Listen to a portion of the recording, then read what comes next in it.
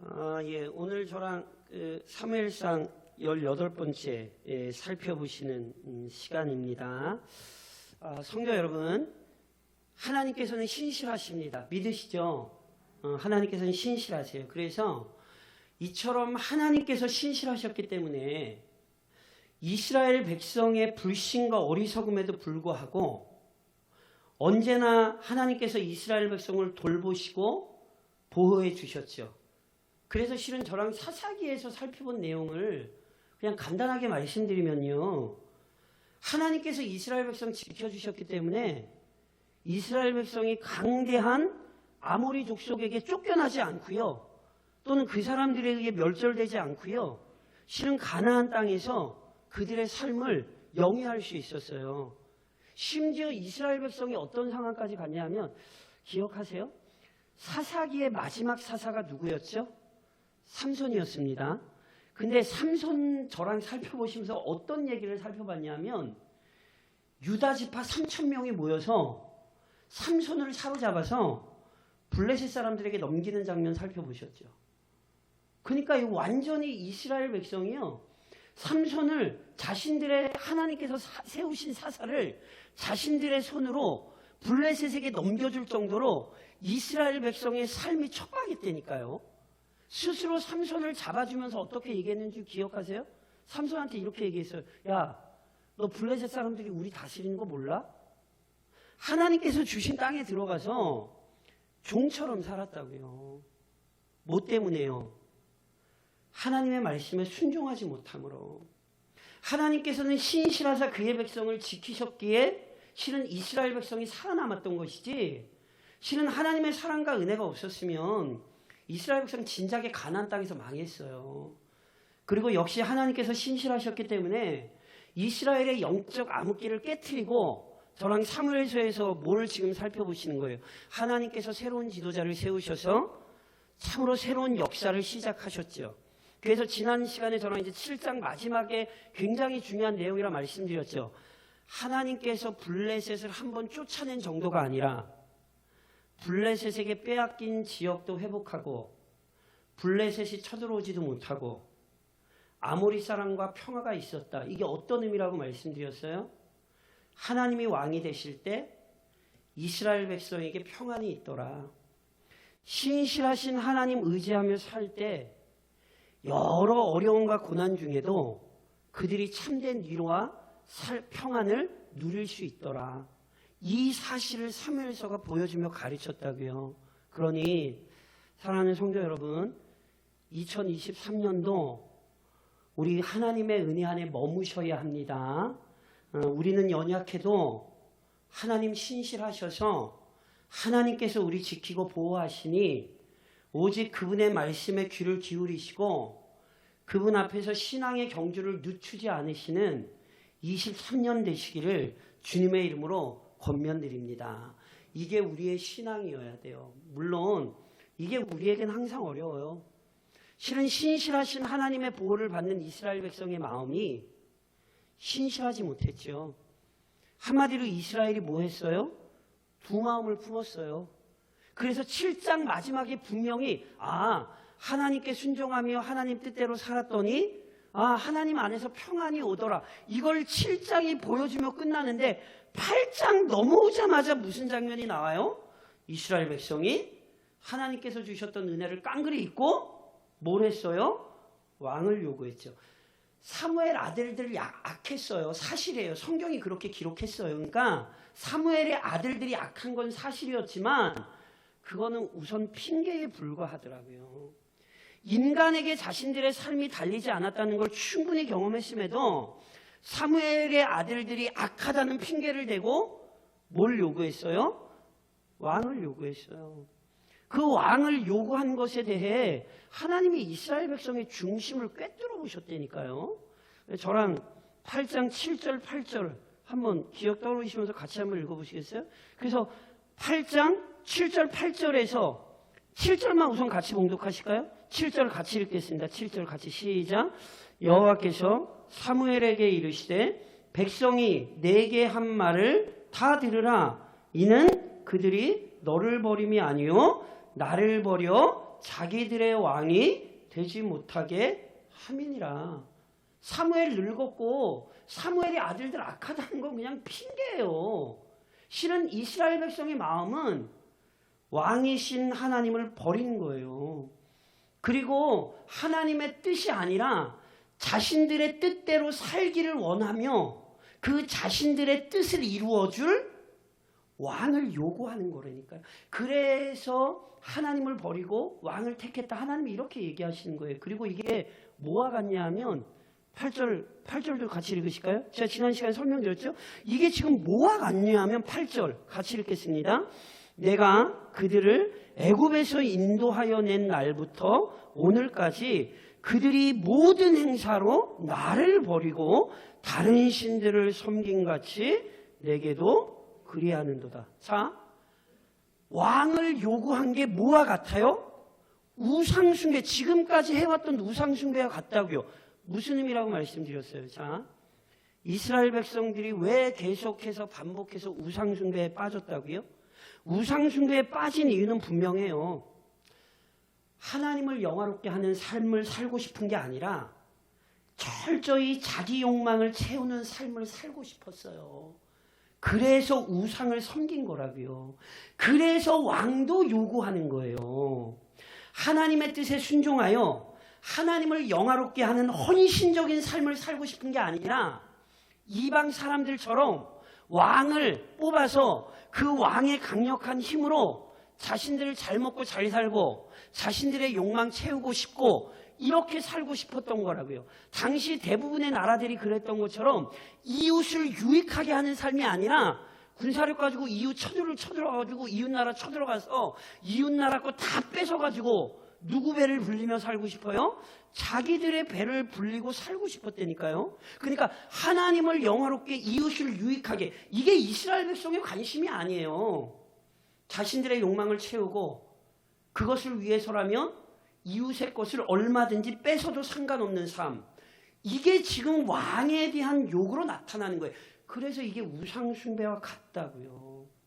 그래서 성경은요, 하나님께서 이 이스라엘 백성의 마음을 아주 정확하게 지적하시며 지금 깨닫게 하시는 거예요.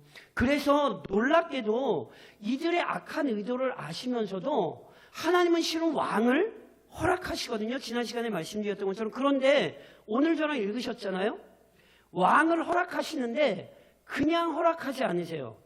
오늘 본문 읽은 9절에 보니까 그러므로 그들의 말을 듣되, 이스라엘 백성의 말대로 뭐 하라는 거예요? 왕을 세워주라는 거예요. 그런데 너는 그들에게 엄히 경고하고, 왕을 세워주되 어떻게 하고 세워줘요? 경고해야 돼요. 경고하며 다스릴 왕의 제도를 가르쳐야 돼요. 무슨 얘기냐 하면 왕의 제도가 지닌 단점, 조금 다른 말로 바꿔서 설명드리면 왕의 제도가 하나님을 떠나 심각하게 오용될 수 있다고요. 지난 시간에도 말씀드렸던 것처럼 모세의 율법이 왕을 가르쳤다니까요. 그러니까 왕 자체가 문제인 게 아니에요. 지금 그 왕을 요구하는 누구의 마음이 문제인 거예요? 이스라엘 백성의 마음이 문제인 거예요. 그래서 하나님의 법을 떠나면 왕은 괴로움이 돼요. 그걸 오늘 본문에서 사무엘이 지금 가르치는 거예요. 그래서 잠깐 저랑 그 내용을 좀 살펴보시면, 자, 10절로 11절입니다. 저랑 한번 같이 이거 무슨 내용인가를 잘 보세요. 10절로 11절에 지금 사무엘이 경고해요. 우선 10절로 11절, 10절로 13절까지 우선 같이 한번 읽겠습니다. 10절로 13절. 사무엘이 왕을 요구하는 백성에게 여호와의 모든 말씀을 말하여 이르되, 너희를 다스릴 왕의 제도는 이러하니라. 그가 너희 아들들을 데려다가 그의 병거와 말을 어거하게 하리니 그들이 그 병거 앞에서 달릴 것이며, 그가 또 너희의 아들들을 천부장과 50부장을 삼을 것이며, 자기 밭을 갈게 하고 자기 추수를 하게 할 것이며, 자기 무기와 병거의 장비도 만들게 할 것이며 그가 또 너희의 딸들을 데려다가 향료 만드는 자와 요리하는 자와 떡 굽는 자로 삼을 것이며 추수를 하게 할 것이며 자기 무기와 병거의 장비도 만들게 할 것이며. 자, 제가 여쭤볼게요. 지금 저랑 읽으신 이 내용이 좋은 내용 같으세요? 나쁜 내용 같으세요? 좋은 내용 같으세요? 나쁜 내용 같으세요? 이게 지금 나쁜 내용이에요. 왕이 세워지면 그 왕이 뭐 한대요? 니네 아들들 끌어가서 왕의 권력 아래 두고 왕이 하고 싶은 일에, 특별히 군사적인 일에 있어서 너희 아들들을 왕이 신하로 삼아서 자기 군사를 삼고 그래서 자기 명령에 따르는 자들 삼을 거다. 지금 이렇게 얘기하는 거예요. 딸들도 뭐예요? 아들만 데려가요? 아니에요. 딸들도 데려가요. 딸들도 데려가서 뭐해요? 자기 권력을 유지하기 위한, 자기 삶을 유지하기 위한 도구로 삼을 거라고요. 그러니까 보세요. 이거는요, 성경이 요구했던 왕의 모습과는 달라요. 저랑 이제 앞으로 살펴보시겠지만 성경적인 왕의 모습을 잘 나타내는 단어가 있어요. 그러니까 성경이 가르친 왕의 모습을 나타내는 아주 중요한 단어가 있는데 그게 뭔지 아세요? 목자예요, 목자. 하나님께서 다윗을 세울 때 어떻게 말씀하시냐면 내 백성의 목자로 삼고 이렇게 얘기하시는 거예요. 목자가 뭐가 다른 줄 아세요? 지금 여기 나온 왕은, 이방 왕들의 모습은 자기 힘과 권력을 위하여 다른 사람들을 억압하고 짓누르는 거예요. 그런데 성경의 왕의 개념은 목자예요. 목자가 누구죠? 양을 자기 권력으로 짓누르는 사람이 아니라 뭐 하는 사람이에요? 양을 돌보고 인도하는 사람. 심지어 당시 목자들은 양을 위해 뭐 했게요? 그 찬양 아시죠? 양을 위해 생명 바친 목자. 맞나요? 하여튼 그게 목자예요. 그래서 실제로 다윗이 자기의 삶을 뭐라고 얘기했어요? 사자나 곰이 자기 양을 뺏어갈 때 다윗이 뭐 했어요? 자기 목숨을 걸고 사자와 곰의 손에서 양을 찾아왔잖아요. 그러니까 보세요. 지금 왕에 대한 경고가 성경이 얘기했던 왕과는 전혀 다른 거예요. 원래 성경적인 왕은 백성들을 위하여 헌신하는 자리인데 지금 여기에 경고는요, 백성들을 억압하는 자가 될 거라는 거예요. 게다가 백성들만 억압하는 게 아니에요. 저랑 14절로 17절도 같이 한번 읽으시겠어요? 계속해서 이런 내용이 있어요. 14절로 17절입니다. 같이 읽겠습니다. 그가 또 너희의 밭과 포도원과 감람원에서 제일 좋은 것을 가져다가 자기의 신하들에게 줄 것이며 그가 또 너희의 곡식과 포도원 소산의 11조를 거두어 자기의 관리와 신하에게 줄 것이며 그가 또 너희의 노비와 가장 아름다운 소년과 나귀들을 끌어다가 자기 일을 시킬 것이며 너희의 양떼의 10분의 1을 거두어 가리니 너희가 그의 종이 될 것이라. 지금 앞서 한 얘기와 방향이 다르지만 똑같은 얘기예요. 앞서는 아들, 딸들, 백성들을 억압하고 백성들을 자기 휘하에 두는, 그래서 자기 마음대로 백성들을 통치하는 모습이라면 지금 14절로부터 17절은 뭐 하는 거예요? 백성들의 소산을 뭐 하는 거예요? 자기가 다 가져가는 거예요. 자기가. 그래서 백성들이 수고하고 애쓴 것을 자기가 착복해가고 자기만이 아니라 자기 신하들을 위하여 그걸 사용한다고요. 즉 자기 권력을 유지하는데 백성들의 땀과 노력을 사용할 거라고요. 그러니까 이게 실제로 당시 고대 사회의 왕의 모습이고요. 좀 뭐한 얘기입니다만 저희도 다 아시잖아요. 정치인들이 선거 때는 막 국민들 앞에 잘할 것처럼 막 그러지만 정작 오르면 뭐 막 하는 거 저희도 경험한 똑같은 얘기예요. 원래 공직자란 봉사하는 자리인데 힘과 권위로 오히려 자기 백성을 억압하는 자가 될 거라요. 그래서 결론에 뭐라고 얘기해요? 너희가 그의 뭐가 될 거라고요? 종이 될 거라고요. 이게 얼마나 끔찍한 얘기인가를 기억하셔야 돼요. 보세요. 이스라엘은 역사적으로 애굽 아래에서 오랜 시간 뭐 했죠? 종살이 했죠. 그런데 하나님께서 아브라함과 맺으신 약속의 말씀을 이루셔서 이스라엘을 어떻게 하셨어요? 종의 신분에서 해방시켜 주셨단 말이에요.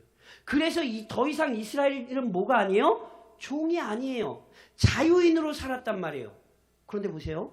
이스라엘 백성이 왕을 요구했는데 그 왕 때문에 결국 자신들이 누가 돼요?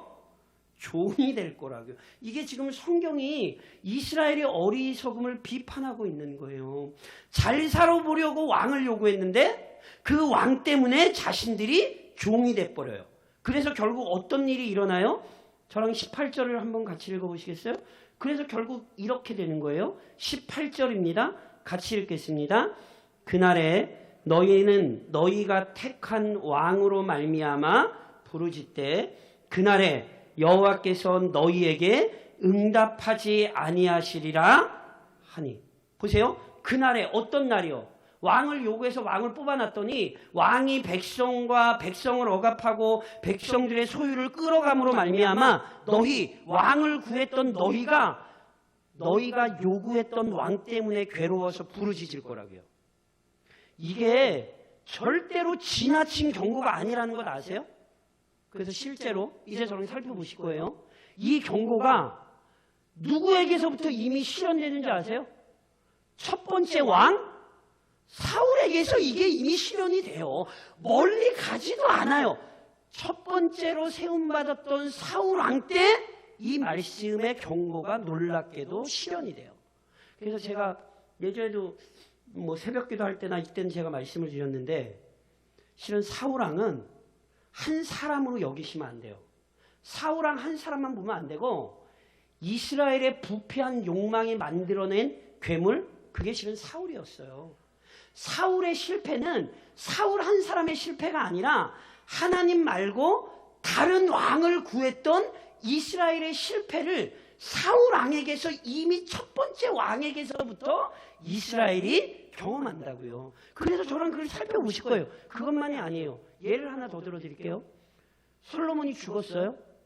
솔로몬이 죽고 나자 이스라엘 백성들이 솔로몬 대단한 왕이잖아요. 그렇죠? 어마어마하게 나라를 부유하게 만들었던 왕이잖아요. 다 아시죠? 근데 솔로몬이 죽고 나자 백성들이 솔로몬의 뒤를 이어 왕이 되었던 르호보암에게 와서 한 얘기가 뭔지 아세요? 잘 들으세요. 왕의 아버지가 솔로몬이 우리의 멍에를 무겁게 하였으나 왕은 이제 왕의 아버지가 우리에게 시킨 고역과 매운 무거운 멍에를 가볍게 하소서. 그리하시면 우리가 왕을 섬기겠나이다. 성경에 보면 솔로몬 대단한 왕이죠. 엄청난 부귀 영화, 이것만 기억하시죠? 그 이면을 이해하셔야 돼요. 솔로몬 시대의 그 엄청난 부귀 영화가 뭐로 가능했어요?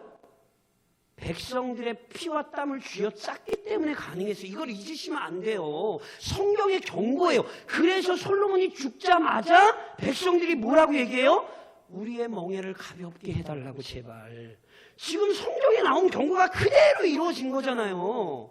그런데 그 요청을 들은 르호보암이 뭐라고 얘기했는지 아세요?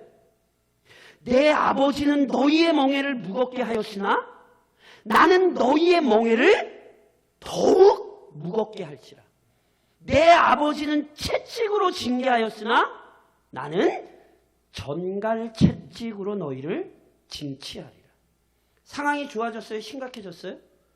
그래서 나라가 두 쪽으로 나눠지는 역사 기억하세요?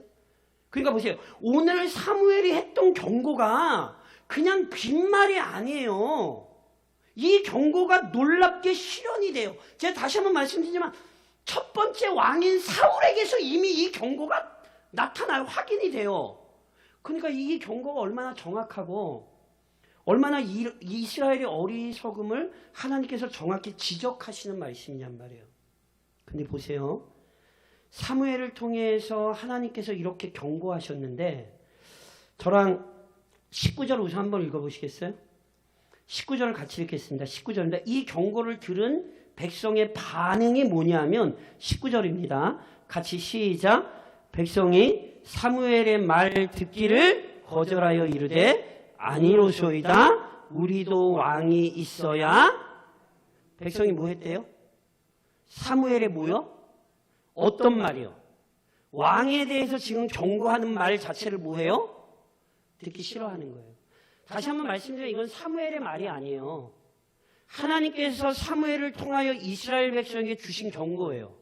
하나님을 떠나 세속적인 왕을 구하는 것이 그들을 자유롭게 하는 것이 아니라 그들을 억압하게 하고 그들을 부유하게 하는 것이 아니라 오히려 고통스럽게 한다는 사실을 하나님께서 지금 이 경고를 통하여 깨닫게 하고 계신데 이스라엘 백성이 뭐해요? 듣기를 거절해요. 사무엘의 말을 듣기 거절하는 게 아니에요. 지금 누구의 음성을 듣기를 거절하는 거예요? 하나님의 음성을 듣는 것을 거절하는 거예요. 그러면서 이렇게 얘기하잖아요. 우리도 왕이 있어야 하리니. 우리도 왕이 있어야 하리니. 맞습니까? 틀립니까? 제가 이렇게 여쭤볼까요? 지금 이스라엘 왕 있어요? 없어요? 아, 있잖아요. 누구요? 하나님이요. 하나님이 왕이 돼서 그들이 평안했습니까? 안 했습니까? 저랑 7장에서 살펴보신 게 그래서 중요하다니까요. 하나님 안에서 평안했어요. 하나님 안에서 괴로웠던 게 아니에요. 하나님 안에서 그들은 너무너무 평안했어요. 그런데 뭐래요? 우리도 왕이 있어야 하니. 아, 왕이 있어요. 그러니까 이 얘기는 지금 무슨 얘기냐면 하나님께서 주신 평안도 있고 하나님이 왕이 되는 것 싫다는 거예요. 게다가 더 끔찍한 얘기는 20절 같이 한번 읽으시겠어요? 20절에는 뭐라고까지 얘기하냐면 20절입니다. 같이 읽겠습니다. 우리도 다른 나라들 같이 되어 우리의 왕이 우리를 다스리며 우리 앞에 나가서 우리의 싸움을 싸워야 할 것이니이다 하는지라. 자, 이스라엘이 뭐가 되고 싶대요? 이 표현 잘 보셔야 돼요. 우리가 누가 되고 싶대요? 다른 나라들 같이 돼요. 사랑하는 성도 여러분, 우리는 교회입니다. 교회는 다른 게 되시면 안 돼요. 우리는 하나님의 백성입니다. 하나님의 백성이 세상과 같아지면 됩니까? 안 됩니까? 안 돼요. 근데 이스라엘이 지금 뭐 하겠다는 거예요? 우리가 다른 나라같이 되겠다는 거예요. 이게 얼마나 충격적인 얘기인가를 기억하셔야 돼요. 누님이 말씀드린 것처럼 성도가 세상과 생각하는 것이 같으면 안 돼요. 성도가 세상과 말하는 게 똑같으면 안 되는 거예요. 그거는. 성도가 세상과 똑같은 방식으로 살면 이건 안 되는 거예요. 그런데 이스라엘 백성들이 지금 그렇게 하겠다는 거예요. 우리가 다른 나라들처럼 되겠다는 거예요.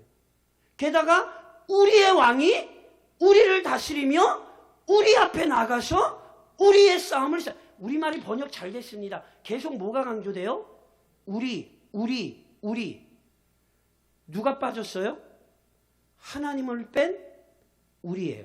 잘 기억하셔야 돼요. 하나님 안에서의 하나님의 백성을 얘기하는 게 아니라 하나님을 제끼고 우리. 그래서 하나님이 아닌 우리 왕을 뽑아야겠고 하나님이 다스리면 안 되고 우리 왕이 우리를 다스려야 돼요. 심지어 우리 앞에 나가는 게 누구예요? 하나님이 아니라 자신들의 왕이 나가서 자신들을 위하여 싸워줘야 된다는 거예요. 이게 얼마나 말이 안 되는 얘기냐면 저랑 앞서 4장으로부터 6장까지 법궤 내러티브 살펴보셨죠? 그때 이스라엘 백성이 전쟁이 나자 이스라엘 백성이 무슨 짓을 했냐면 법궤를 가지고 나가서 싸움에 나가면 승리할 거야. 말 같지도 않은 생각을 하고 실제로 그렇게 전쟁에 나갔다가 끔찍하게 패배했죠. 그렇죠? 그래서 뭐까지 빼앗겼어요? 법궤까지 빼앗겼잖아요. 그런데 나중에 사무엘상 저랑 7장에서 사무엘이 이스라엘 백성들의 마음을 하나님께로 돌이키고 미스바에서 회개 운동을 일으켰을 때 블레셋이 쳐들어왔죠. 기억하세요? 그때 블레셋이 쳐들어왔을 때 이스라엘 백성이 어떻게 했죠? 사무엘을 통하여 하나님의 도움을 구했죠. 그때 이스라엘 백성이 나가서 싸웠습니까? 하나님께서 친히 블레셋을 물리치셨습니까?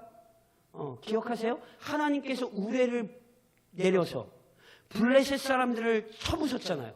그러니까 보세요. 우리가 나간 게 아니라 누가 나갔어요? 하나님이 나가셔서. 우리가 싸운 게 아니라 누가 싸웠어요? 하나님이 싸우셔서 그들을 놀라운 은혜로 건져내셨죠. 우리 이러다가 나가서 싸워서 아주 그냥 전쟁에서 끔찍하게 패했던 자들이 하나님을 의지하며 하나님의 뜻에 따라 나아갔을 때 그들에게 놀라운 승리가 왔잖아요. 그게 불과 얼마 전이에요. 그런데 그 사실을 뭐하고 있어요? 깡그리 잊고 있어요. 역사의 교훈을 깡그리 잊고 다시 하나님을 거역하고 다시 하나님을 부인하는 거예요. 사무엘의 마음이 얼마나 아팠겠습니까? 그래서 보세요. 21절 같이 읽겠습니다. 21절 22절 같이 읽겠습니다.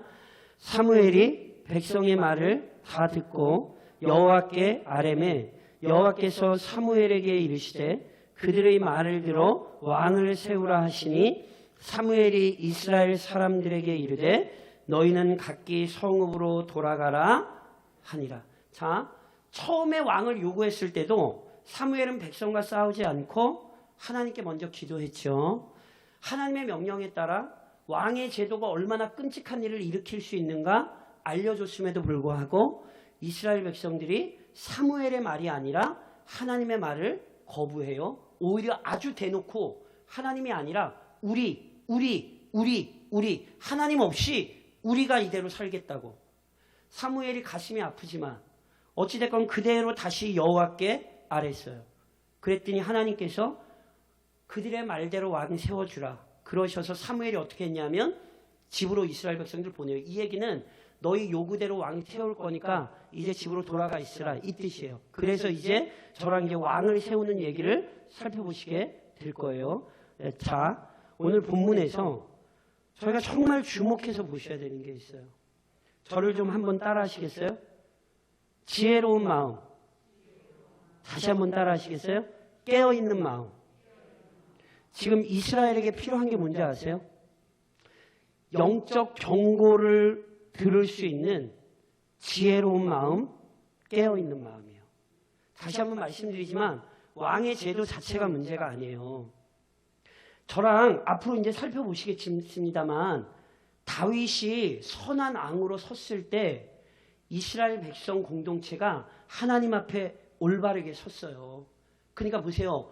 왕이 문제가 아니라 실은 하나님 앞에 올바르게 서 있는 왕, 그리고 단지 왕이 아니라 선한 왕을 통하여 통치하시는 하나님을 의지하는 이스라엘의 마음이 중요한 거라고요.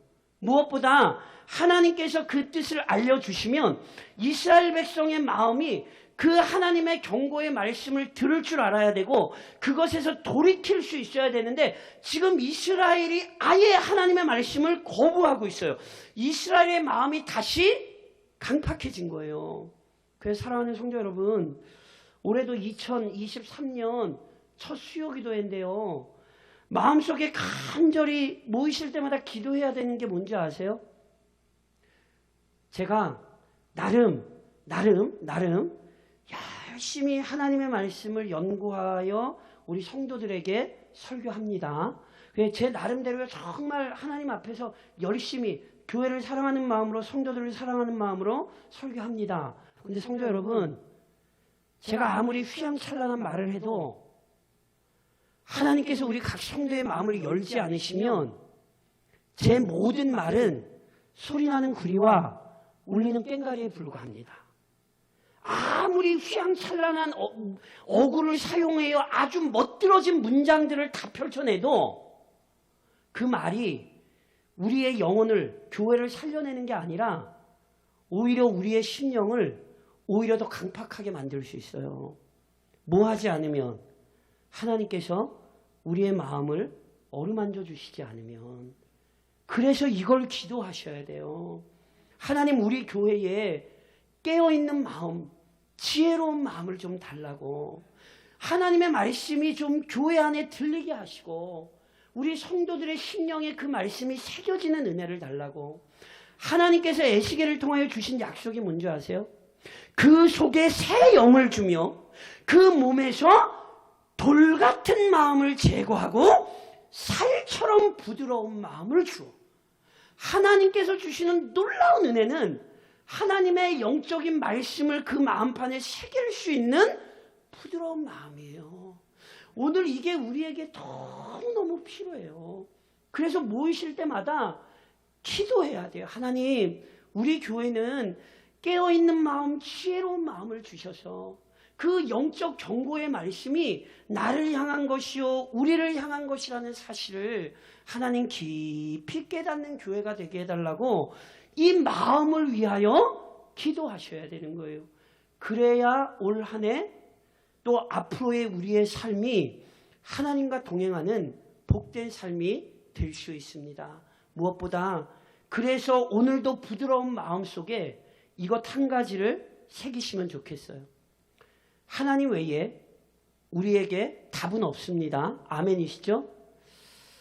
요즘 정치권에서 교토 삼굴이라는 말이 이슈가 됐습니다.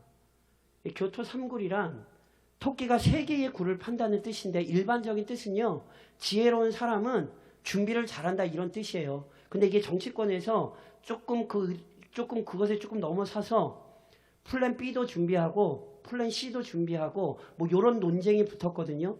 제가 그 논쟁 보면서 아하, 교회는 저러면 안 되는데 그 생각했습니다.